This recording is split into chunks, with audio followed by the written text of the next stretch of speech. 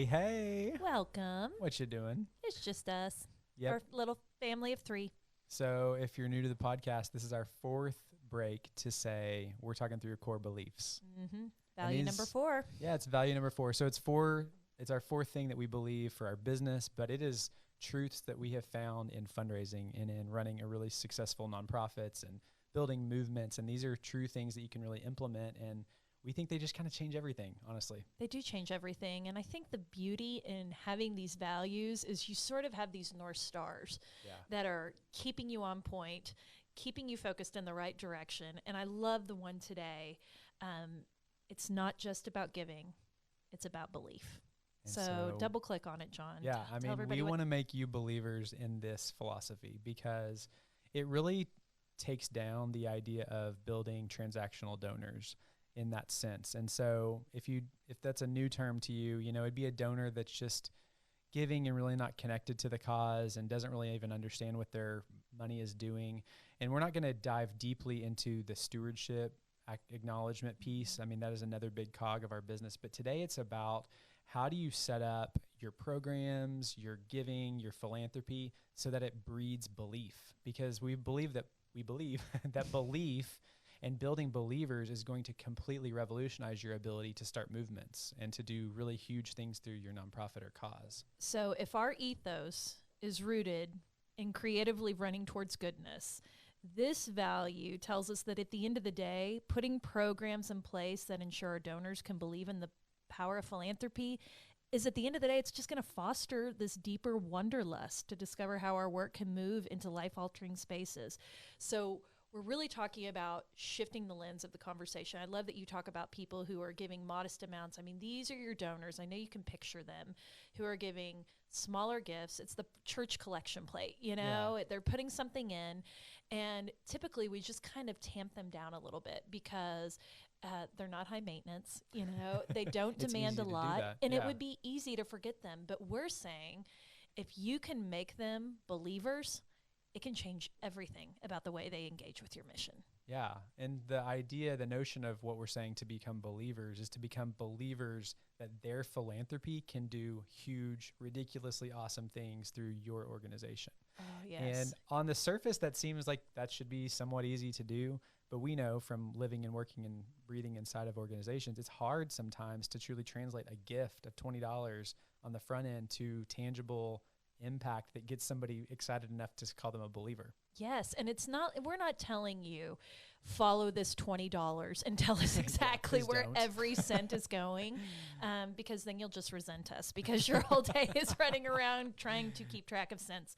But it's really about how do we kind of lift the conversation up at a higher level and talk about what these collective gifts can mean in our space and how they are translated. So Jon, we've got the story of how this completely got turned on its head and made us believers in our own mission. Yeah. Tell them about our friend. Our friend Delise. Okay. And so Delise. We love Delise. She's awesome.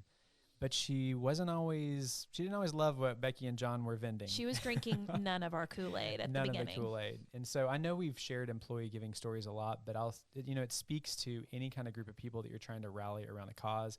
We were looking at our employee giving across our organization at less than 3% at the time. Mm-hmm. So if you think about that across 10,000 people, that's 300 donors in the entire state. I mean, we're talking about, for the vast majority, people didn't even know you could make a gift to our organization at the time. And so the first campaign rolled around, and we didn't even know Delise at the time, and she later told us the story. But when she saw the campaign come out and we were asking our employees to consider making a gift, we broke it down and we said, here's the different passion areas you can give to, and we wanted to share very specifically the type of projects we were going to fund when we were getting started. We didn't want to leave a lot of room for questioning intent or anything like that. So we were really transparent and said, these are the projects that are going to happen with your support. And so Delise saw that and she was so turned off. She told us she deleted the emails. She was so mad. She got back at us by deleting our email. Yes, which we were not progressive enough at that point to even know she was deleting our emails, right? So, but what's funny is the campaign went on for a few weeks, and by the end of it, she was beaten down enough to say, you know what, I'm just going to give, because she was bought in as an employee that she wanted to participate. But she still was annoyed about the campaign. But she made a gift. I think it was $5 a pay period or something like that. So let's flash forward. She worked at the registration desk at a hospital. And so she was very near the front doors and the sliding doors where there's, gurneys coming through and patients being shuffled through. Well, let me tell you, the gift that she made funded a transport isolette, which I wouldn't know what that word meant if I didn't work at a hospital, but it was this basically a bed that would transport a newborn baby that was in a critical condition. Fragile, very newborn fragile baby. Yeah. And so that was actually the project that she funded. Well, she's sitting at work one day, and sure enough, those double doors open up, and in comes this gurney that's this transport isolette, and it has our campaign sticker on the side. If you listen to our last belief, Becky saw that same sticker on the ultrasound machine when she was having her ultrasound. If you're not putting stickers that show philanthropy and what it's purchased in your space of the world, you're missing out. There's a little hack for you. Cheap hack. So that little sticker, she saw it. With the baby inside it. With the baby inside it. And she describes it as this. That is the moment that everything changed for her. She believed in the campaign. She believed that her philanthropy actually did that. She believed with pride that I made that possible. I'm getting to play a part in this story that's unfolding right in front of me. And what happened after that is Delise sought us out. And she not only wanted to continue giving and expand her giving, but she wanted to become the front line of asking people to join the campaign. So I still called her, which this is a bad acronym now, but Michael Jackson, because everybody loved her and knew her in the hospital. So if I showed up with Delise in the hospital, I was like superstar famous because everybody loved Delise. We'll call her Mother Teresa. I love that. That's a much better term. So Mother Teresa, I would walk around with her in the hospitals at night. She would meet us at midnight one time to do night rounding. And it's like the love that people had for Delise, having her as a believer totally transformed the campaign and our ability to get in front of and break down the walls. And it happened because of belief. It wasn't because of a transactional gift. It was because she actually believed. We connected the dots to her gift to making this very meaningful impact. And that is just one tangible example of the power of giving that happens within the walls of your organization. And so once you can find a way to translate that, your philanthropist, I'm going to call them philanthropists, even if they give $1, they are a part of our missions. That is how they become a champion of philanthropy. Yeah. And we talked about this a little bit earlier, like any nonprofit can have donors, but we want you to galvanize believers. Yep. We're all going to have donors. They're all going to keep our doors open, but we want it to be more about what they can see, what they can lean into that's having an impact that is not only helping their community, but it's honestly giving something and fulfilling something within inside them.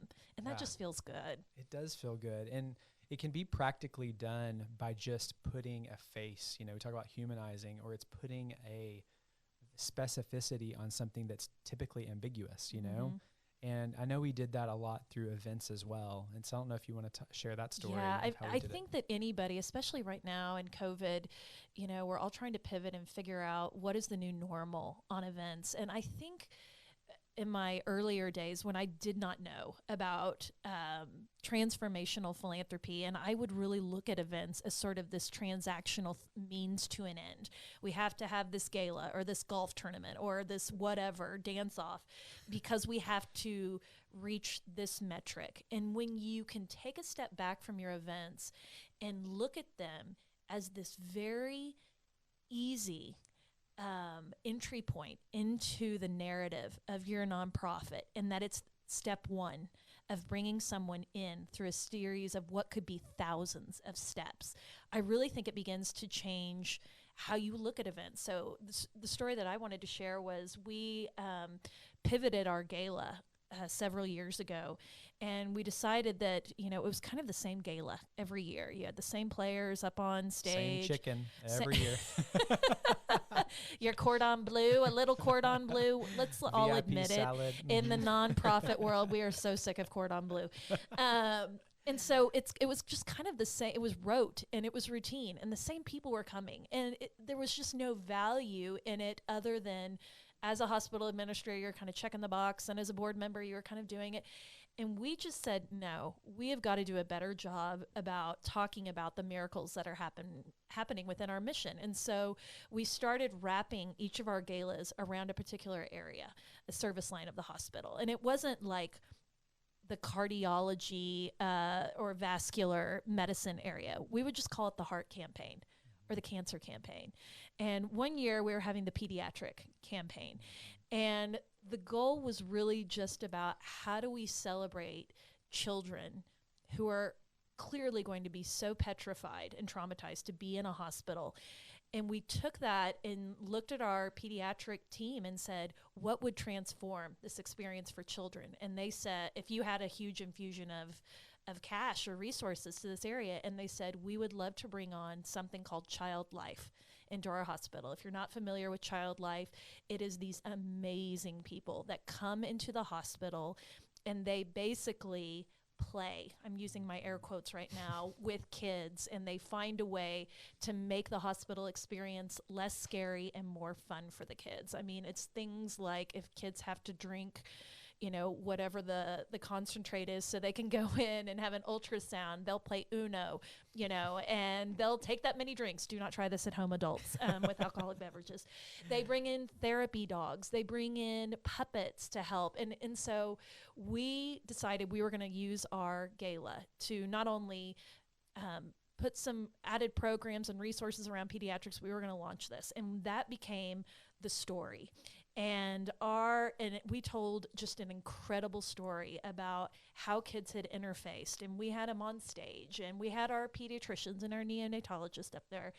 And at the end of the night, we had a great night, successful event, but it's not over. And that is a common misconception about events, is our work is just beginning when we start to pull the tablecloths off. It'd be easy to hang your hat. I think we passed 850,000 that year. Just to hang your hat and say, hey, that was a huge night. We did a great year. We had the biggest gala ever. Yeah. No, that is where we begun to dig in. Yeah. And they ended up hiring just an incredible person to spearhead that. Ashley, a little shout out for you.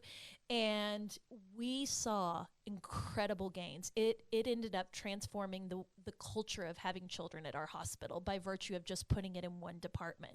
And what a gift that was to us as people within the foundation to go back to those 600 guests that we had and say, not only did you put this incredible program into our hospital that is changing the way that we come into a space with children and make things less fearful, but it has added, and we just kept growing the program. And so many people were transformed by that. They were buying comfort carts. They were buying puppets. They wanted to add to the art card and all of these things. And all of a sudden we had all these donors who had come as a result of sitting at the table of local oil company or, you know, CPA firm, who just loved kids and loved hearing these positive stories of how kids were impacted. And again, they became believers. We didn't want them to simply be our gala guest and eat our chicken cordon bleu.